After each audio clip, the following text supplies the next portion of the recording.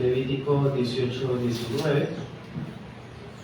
Pues vamos a dar la segunda parte acerca de las normas de pureza. La semana pasada nos enfocamos en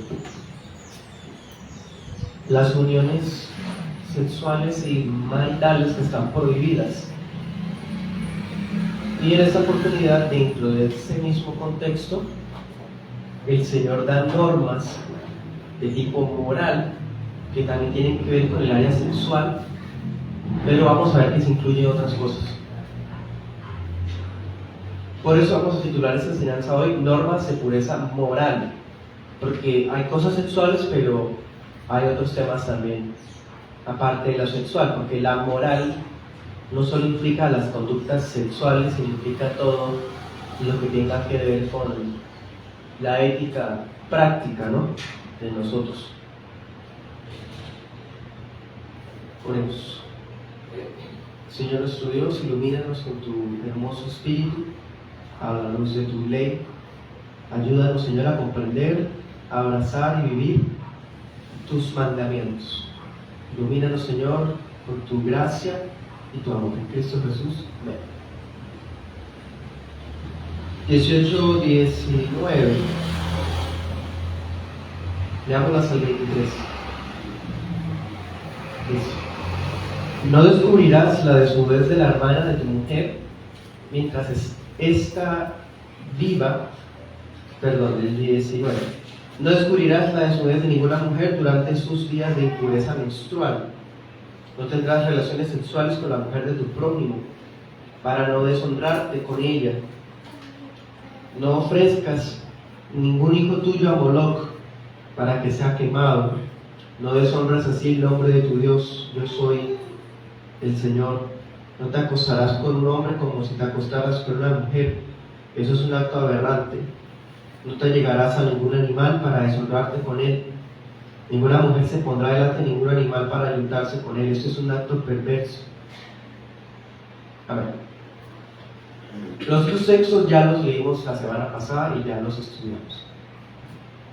Entonces vemos, hermanos, en esta mañana que el pasaje culmina mencionando otro tipo de prácticas que se practicaban entre los paganos. Acuérdense que la ley tenía el propósito de distinguir al pueblo de Israel de las otras naciones que sí practicaban todo esto.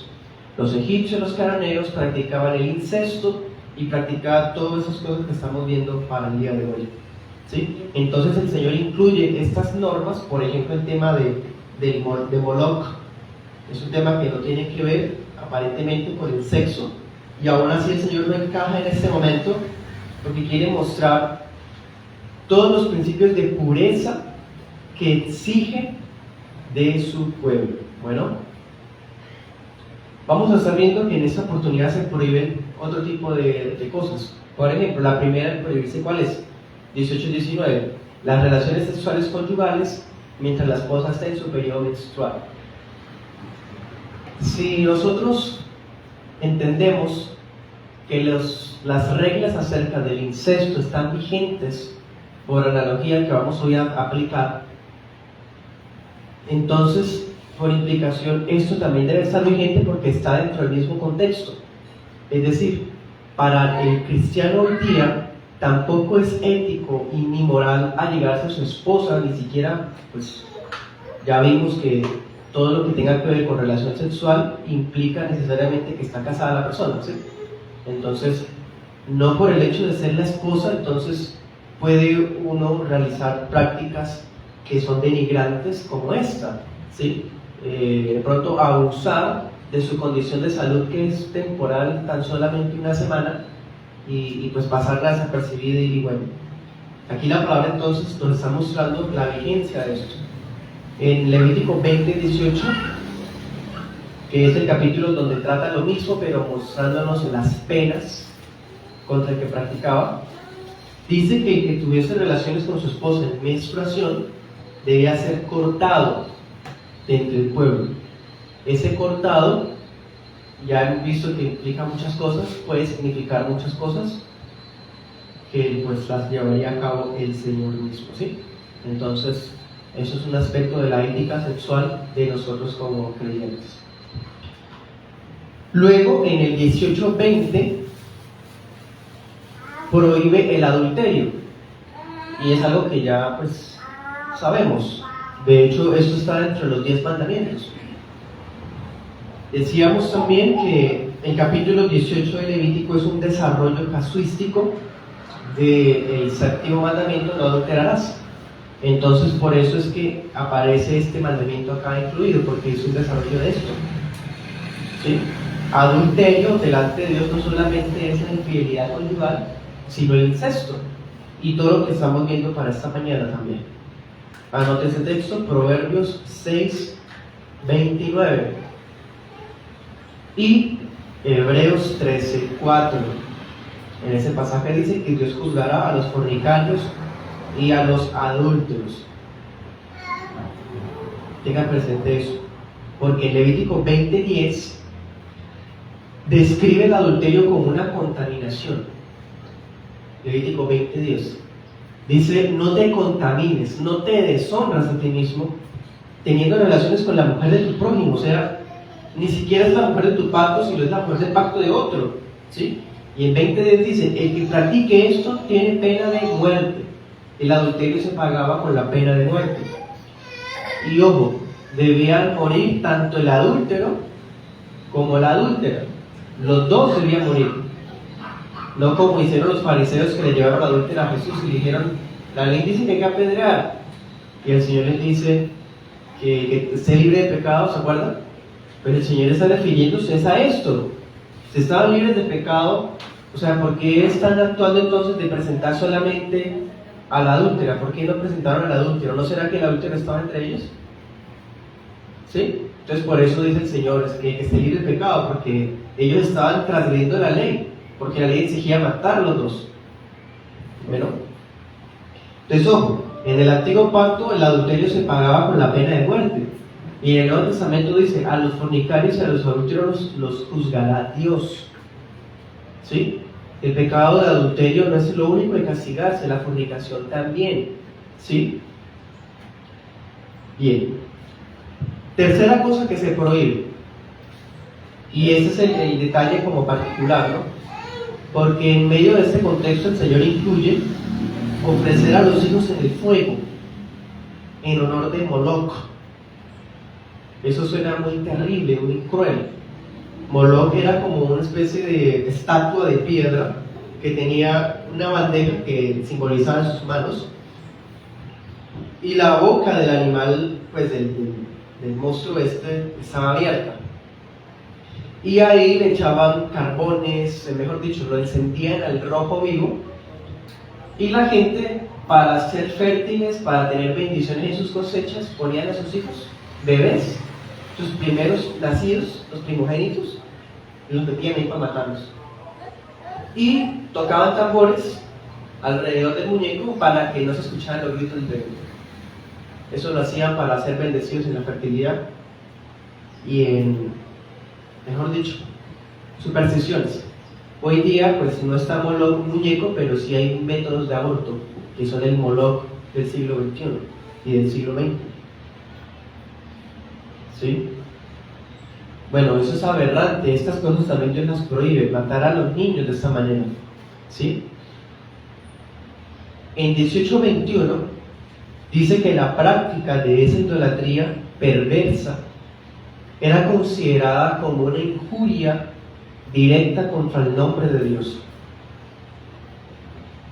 Dense cuenta, matar a un niño, a un bebé, de esa manera, o abortarlo como se hace hoy día, es lo mismo que blasfemar de manera violenta y el nombre del Señor. Anote ese texto, Deuteronomio 18:10.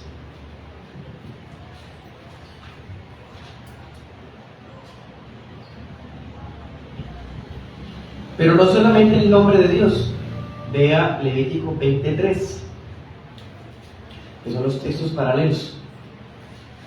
No solamente se ofende el nombre de Dios, sino que también colocaba en peligro la pureza del santuario. Si ellos cometían esos actos, no solamente era blasfemia contra Dios, sino también una manera de contaminar el tabernáculo. ¿Sí? Entonces usted mire el 20 del 1 al 2 y dice, el que fuera hallado culpable de este delito, ¿qué debía hacérsele? Morir por lapidación. ¿Se acuerdan qué es la lapidación? Matar a pedradas. El que cometía esos actos debía morir apedreado. Miren el versículo 4 y 5. El pueblo no podía simplemente ignorar el caso, como diciendo, bueno, es que ellos eran los papás, ellos pueden hacer lo que quieran con sus hijos. O como dicen hoy día, es que la mujer es su cuerpo y ella puede hacer lo que quiera con su cuerpo. De ninguna manera. Entonces Dios dice, si ustedes ignoran el que hizo tal cosa, pues yo no. Yo mismo colocaré mi rostro contra tal persona y contra toda su familia, ojo, y con todos los demás que fueron cómplices de eso. Todos los que se prostituyeron haciendo lo mismo, dice el Señor. Entonces dense cuenta, si el pueblo de Dios no ejercía las penas que Dios les entregó para aplicar contra los delincuentes, entonces Dios mismo era el que aplicaba la pena contra el pecador.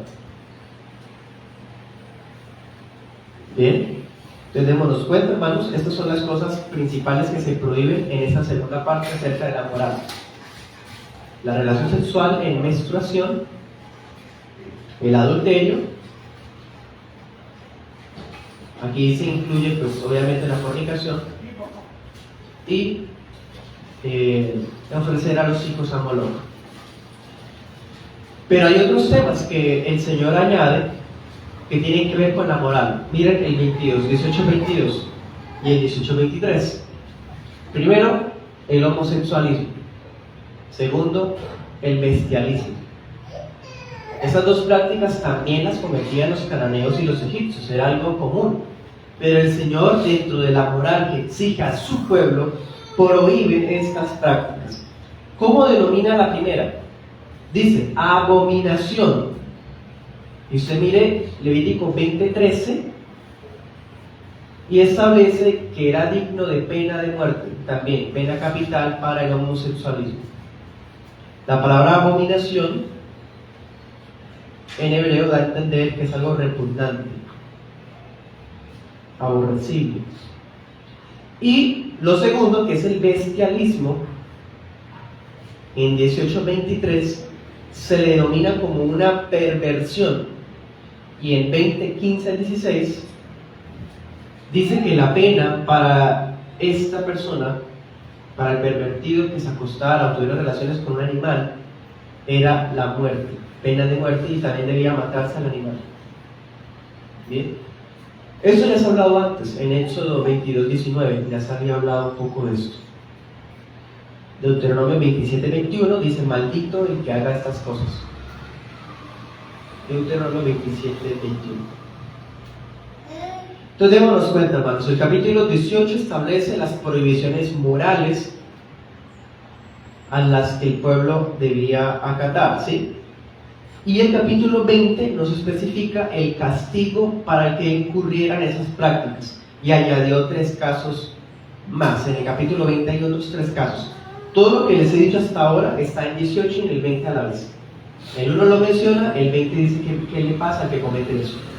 Pero el capítulo 20 incluye 3 cosas más que no están en el 18.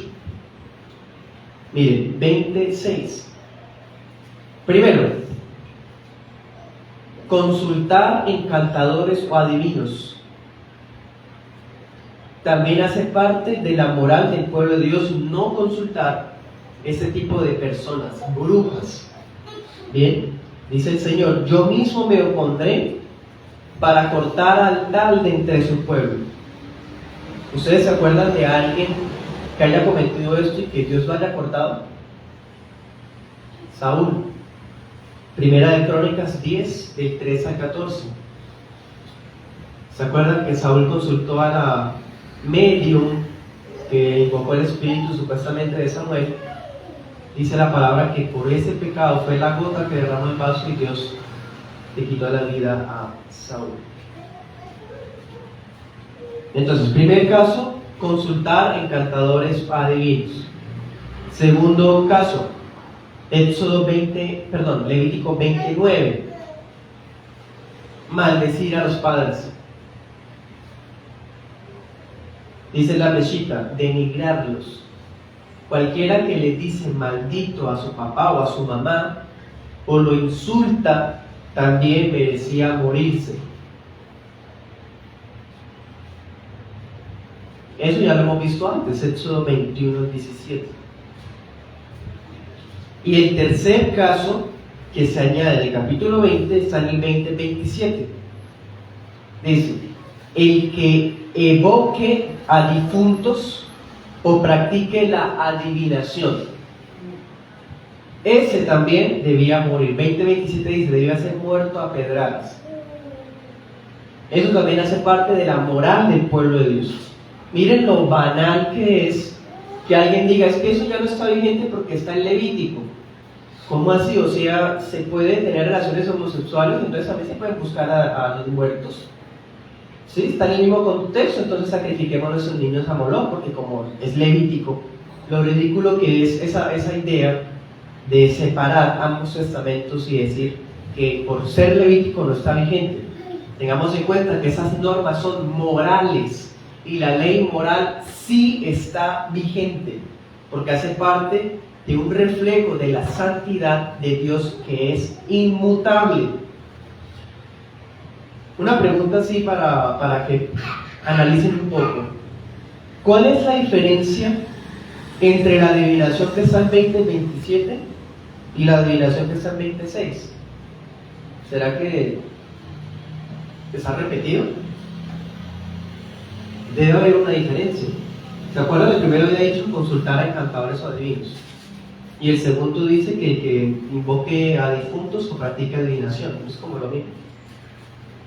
No, démonos cuenta. El primero era buscar a gente que decía tener capacidades de adivinar el futuro o de leer hoy día, por ejemplo, las cartas o la mano. Eso era inmoral, digno de castigo. Y lo segundo, dense cuenta que está hablando de invocar a espíritus, a muertos. Por lo tanto, la adivinación de la que habla el último versículo del capítulo 20 tiene que ver con demonios, gente que le llama la atención lo místico, lo oscuro, la magia. Esas personas también son dignas de muerte. Qué triste es, por ejemplo, el catolicismo romano, que le fascina en lo popular practicar la invocación de ánimas benditas. Son los difuntos, orar por los que están en el purgatorio, que ya están muertos. Todo esto hace parte de lo inmoral que Dios había prohibido a su pueblo. El catolicismo romano, como tiende a mezclarse con la idiosincrasia de las gentes, es muy común que haga esto. Entonces uno puede encontrar a católicos romanos que consultan a hierbateros, que consultan a espíritus para que les hagan un milagro, y hasta tienen sus propios santos para eso. ¿Qué es? Estas mismas cosas de paganismo abominable delante de Dios, disfrazado de cristianismo. Bien, entonces hermanos, así terminamos la exposición de las leyes. Ahora miremos las aplicaciones. Tengo varias.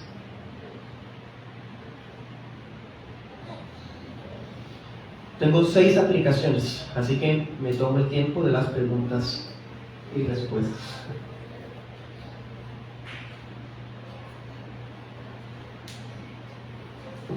Primera aplicación. Dios regula la sexualidad de su pueblo. A la gente del mundo le da rabia saber que la religión cristiana se les mete en la cama, se les mete en sus sentimientos, y por eso prefieren otro tipo de religiones o prefieren convertir el cristianismo en algo más abierto y liberal. Pues no, Dios ha regulado la sexualidad de su pueblo. Por eso nos enseña cuáles son las uniones ilegítimas. Cualquier persona que esté casada con cualquiera de los parentescos que vimos, de consanguinidad o de afinidad, ese matrimonio es inválido. Delante de Dios no existe. Son otro tipo de fornicarios realmente. Pero Dios no solamente prohíbe las uniones ilegítimas, también prohíbe las prácticas inmorales que van en contra de su santa ley. Y ojo con esto, Dios no solamente denomina como abominaciones las prácticas gays y las prácticas zoofílicas.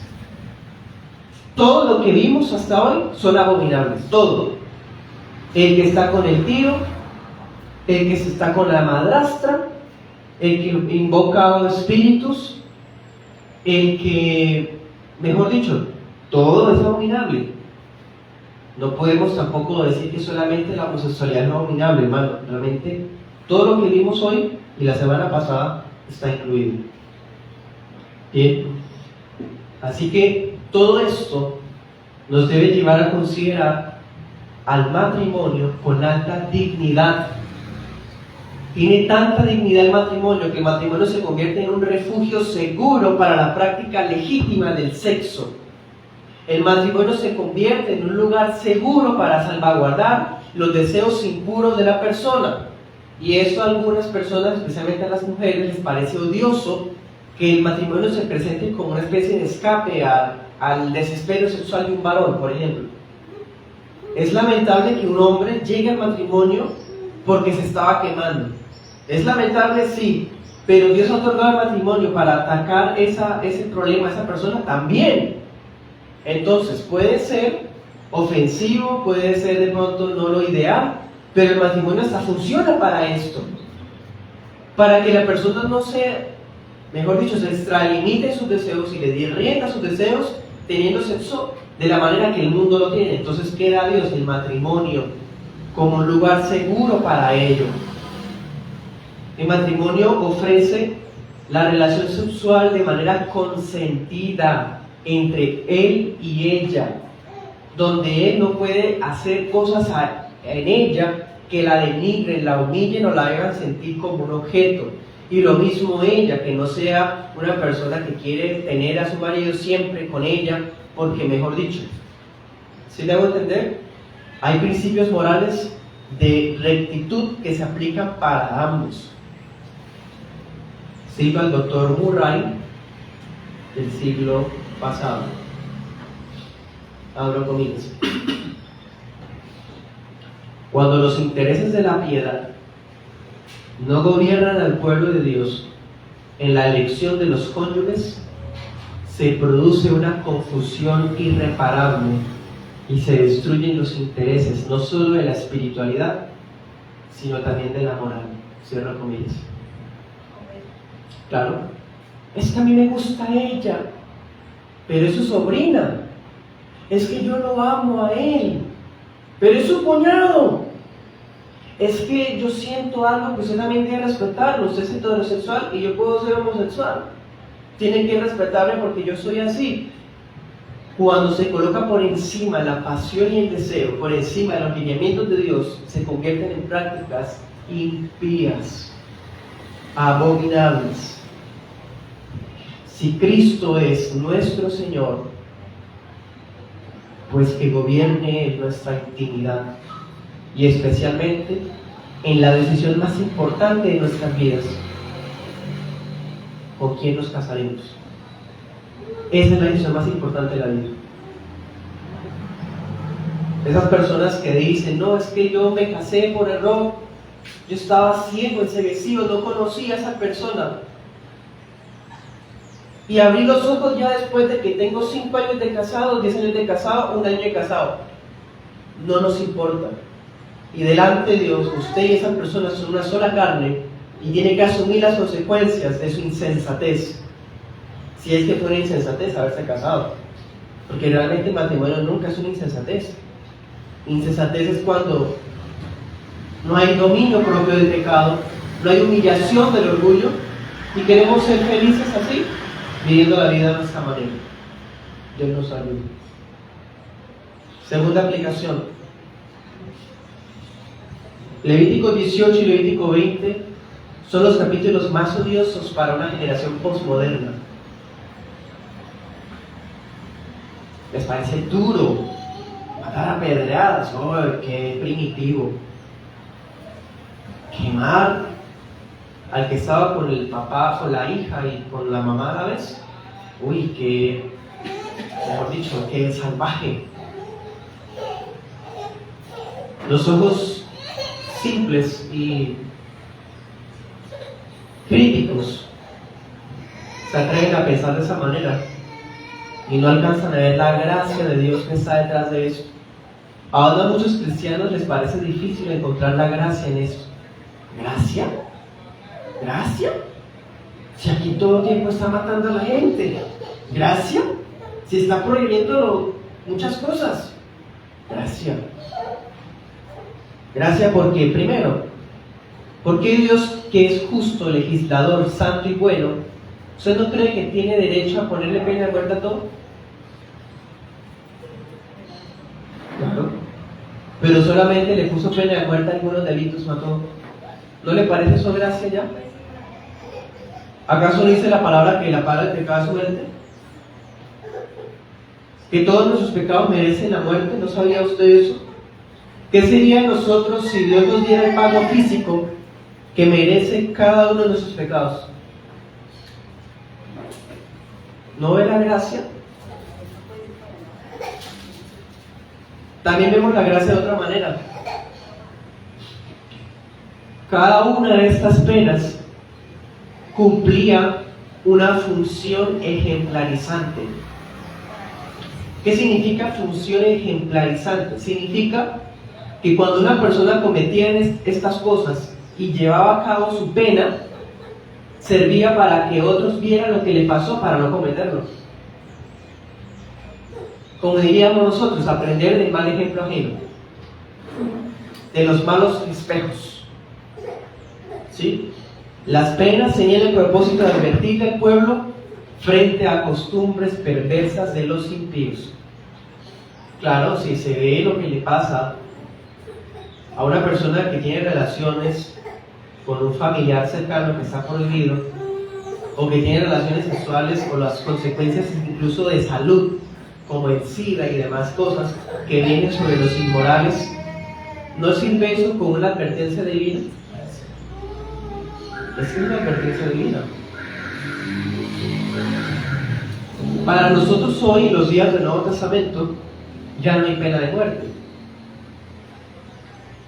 Ni siquiera la iglesia puede aplicar la pena de muerte, como por error por muchos siglos Roma lo hizo, y no podemos negar que la iglesia protestante también lo hizo en su momento, tristemente. Pero acordémonos que en Corintios, en 1 Corintios 5, hay un caso de un hombre que estaba con la madrastra, ¿se acuerdan del rey que fue excomulgado? No lo mataron. La iglesia no aplicó la pena de muerte, pero hubo otra manera de cortarlo, ¿se acuerdan? Dice Pablo, echen al tal. ¿Qué significa? Que la iglesia no tiene en sus manos la espada para matar, pero sí tiene en sus manos las llaves para excomulgar. La disciplina eclesiástica es la última instancia para el pecador impenitente, el que peca y no le importa, y termina convirtiéndose en un atractivo para que los demás hagan lo mismo. Esa persona debe ser expulsada del pueblo. ¿Eso está vigente? Así es.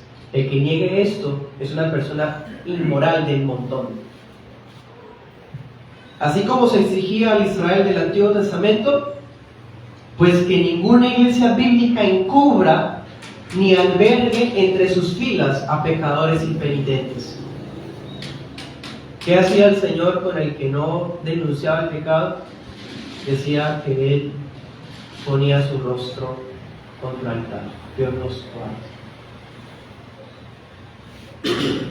Tercera aplicación. En Mateo 5, 27 y 28, el Señor Jesús extendió la sentencia del adulterio al pecado de lascivia. ¿Se acuerdan qué es la lascivia? Es lo que hoy día se le llama voyeurismo. Mirar con malicia, con deseo perverso. Bueno, eso significa que delante de Dios basta la lujuria de los ojos y de los pensamientos para que haya un pecado de inmoralidad. ¿Sí? La inmoralidad sexual no solamente existe cuando hay una consumación física o cuando se celebran unas nupcias ilegítimas, sino también con el simple deseo, observación o pensamiento que vayan en contra de la santidad de la ley de Dios. Hermano, ¿quién no hemos pecado así? Eso significa que aunque sí Dios, el Señor Jesús, ha constituido el pecado de lascivia y de lujuria como una forma de adulterio, no significa que se convierta entonces en un pretexto para invocar a diestra y siniestra las causales de divorcio. Eso también es inmoral. Pedir divorcio por asuntos ilegítimos, eso es inmoral. Lo que Dios ha unido no lo separa el hombre, así de sencillo. ¿Y el hombre quién puede ser? ¿La misma mujer o el mismo cónyuge?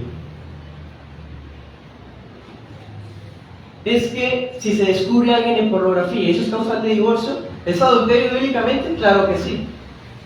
Pero entonces se va a invocar la causal de divorcio para todas las cosas en medio de una generación tan inmoral. Estamos rodeados, hermanos, de inmundicia, hasta en la música, en las propagandas, en la gente cómo se viste.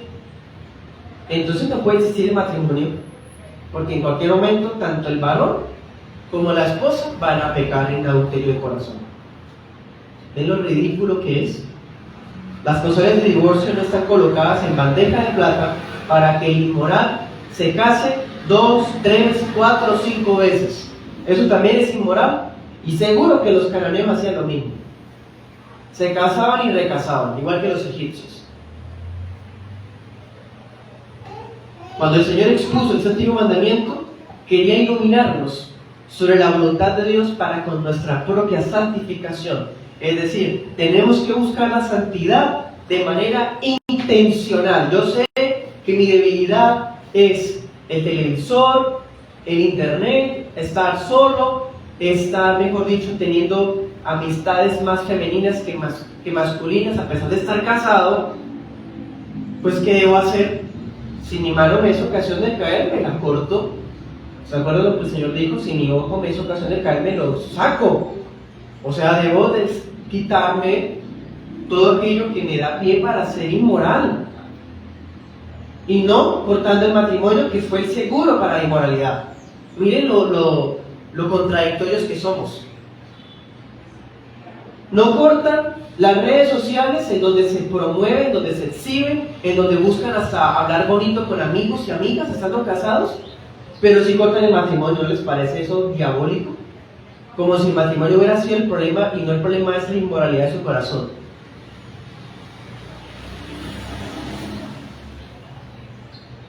Cuarta aplicación. ¿Está vigente todas esas estipulaciones del Levítico 18? Estudiemos un poco eso más a fondo. En el Nuevo Testamento está vigente la ley del Levítico que prohíbe, por decir algo, casarse con la cuñada. Es que ella murió, entonces ya puede estar con la cuñada, porque ya murió, es viudo. O otros casos que habían más comunes, el caso de los tiros, algo que uno ve común por ahí. Eso está vigente, o sea, ¿qué pasa? Dios mira el corazón. Estamos bajo la gracia, no bajo la ley, dicen algunos. Bueno, anota ese texto. Marcos 6, 17 al 18. En ese versículo, Juan Bautista le dice al rey Herodes: no te es lícito estar con la mujer de tu hermano. ¿Se acuerdan? ¿Herodes era judío? No. Entonces el Levítico no aplica solo para judíos.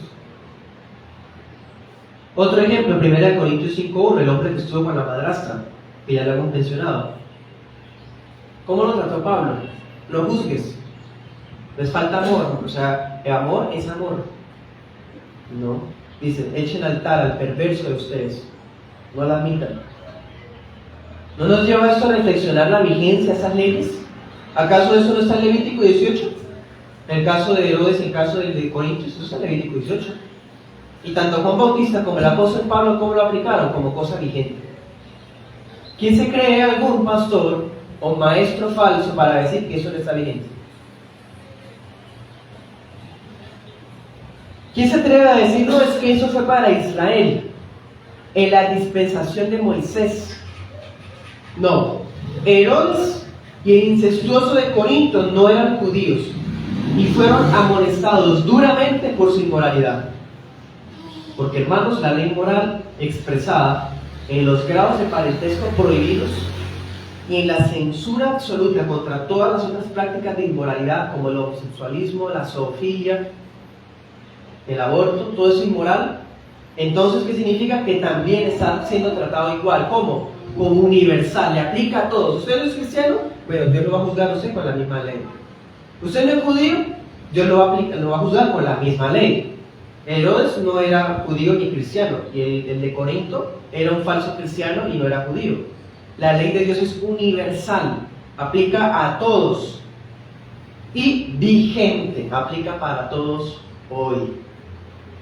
Así que por más de que el mundo normalice o incluso legalice todas estas uniones y prácticas, delante de la inmutable santidad de Dios, siguen siendo actos abominables y dignos de la excomunión de las iglesias bíblicas. Toda iglesia que conserva entre sus filas todas estas prácticas ya deja de ser una iglesia de Cristo y se convierte en una sinagoga de Satanás, porque abraza la inmoralidad que se vive en el paganismo. Ya no hay diferencia, no hay sal ni luz. Quinta aplicación. Recordemos los grados de consanguinidad prohibidos. ¿Se acuerdan cuáles eran?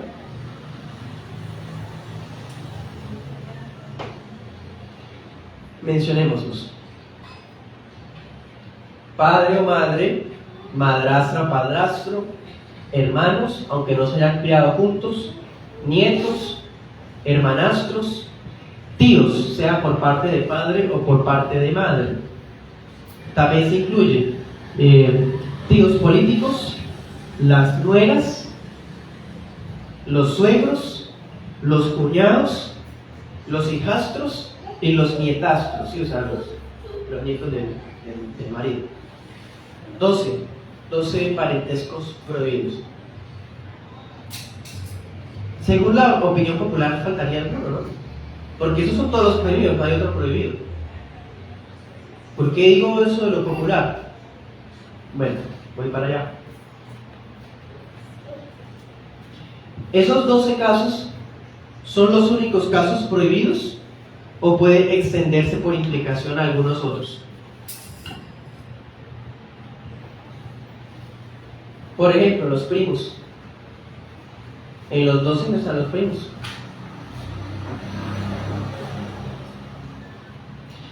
La ley de Dios ofrece casos claros. Así que, si tuviésemos permiso de aplicar por implicación, por analogía, solamente podríamos aplicarlo de dos formas. Primero, la ley fue dada desde el punto de vista de un hombre, ¿cierto? ¿Se dan cuenta? Dice, no te acostarás con la hija de tu madre, de tu mujer, ¿se acuerdan? Le está hablando como un hombre. Quiere decir que el hombre no podía estar con una hermana. Pero, ¿significa eso entonces que el único que no puede estar con su tía es el hombre? ¿No es obvio que entonces también se prohíbe que la mujer esté con su tío? Bueno, entonces por implicación se puede aplicar que está prohibida la relación, la unión, tanto de parte del hombre como desde la perspectiva de una mujer. Eso es lo único que no puede añadir. Y no añadir, sino interpretar por obvias razones. Otro ejemplo de interpretación por implicación o por analogía es las relaciones de manera inversa. Me explico. La ley prohíbe estar con el suegro, ¿sí? O sea, yo no podría estar con mi suegra, pero entonces significa que mi esposo sí puede estar con el suegro, o entonces que la suegra sí puede estar conmigo. ¿Me hago entender? Entonces, inversa, claro. Está prohibido tanto que el hombre busque esa relación como que al revés. Por lo tanto, está prohibido no solamente la relación de alguien que busca a su tío, sino del tío que busca a su sobrina. ¿Ven? O sea, aplica por ambos lados, tanto donde se menciona hasta como por la inversa. Obviamente, ¿sí? Eso es importante porque, por ejemplo, el texto no habla de yernos, habla de la nuera. Pues lo que estamos diciendo, por un lado, aplica también para la mujer, entonces aplica también para el yerno, ella no puede estar con el yerno. Entonces, entendemos cómo se puede aplicar esas leyes. Se puede entender que están prohibidas las mismas relaciones desde el punto de vista de la mujer, así como las que se llevarán a cabo con el tercero con quien la relación fue prohibida. La mujer, por ejemplo, tiene prohibido unirse a un tío, tanto como el hombre tiene prohibido unirse a su tío. Y la nieta no puede unirse a su abuelo, aunque la ley le prohíbe al abuelo unirse a la nieta. O sea, no significa que, porque es que la ley dice que el abuelo no puede unirse a su nieta, pero no dice nada que la nieta se una a su abuelo. ¿Se dan cuenta? Obviamente se incluye. Y para terminar digo lo siguiente, esto último que menciono parece redundante o innecesario, pero no, hermanos, en esos tiempos hace falta decirlo para evitar la inmoralidad, pero también para evitar el legalismo. En nuestro contexto de evangélico hay mucho legalismo en esto. No podemos oponernos a uniones que Dios no prohíbe. No podemos auspiciar uniones que Dios prohíbe. ¿Sí? No podemos oponernos a la ley de Dios.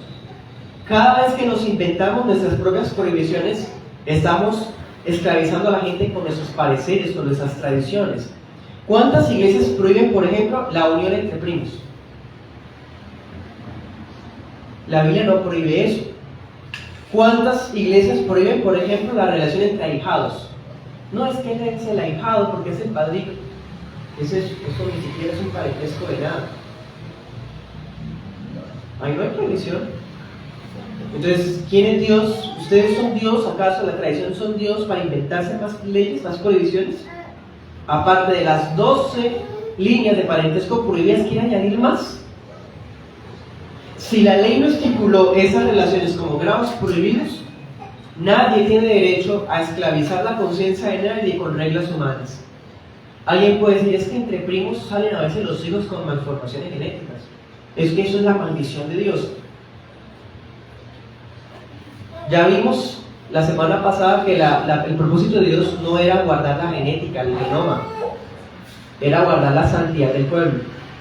Delante de Dios no es algo inmoral que haya una relación entre primos, aunque hayan esos peligros genéticos. ¿Puede haberlos? Sí, hay muchos casos, pero Dios no lo prohibió, no fue una maldición divina. Que quede claro eso. Cito a Murray, abro comillas. No podemos modificar la ley de Dios. Cuando lo hacemos, abrimos de par en par el camino del abuso. Tampoco podemos añadirle. Cuando lo hacemos, nos apropiamos de la prerrogativa de Dios y pervertimos la ley de la libertad. Cierro comillas. Listo, hermanos. Gracias y paz. Vamos a un receso.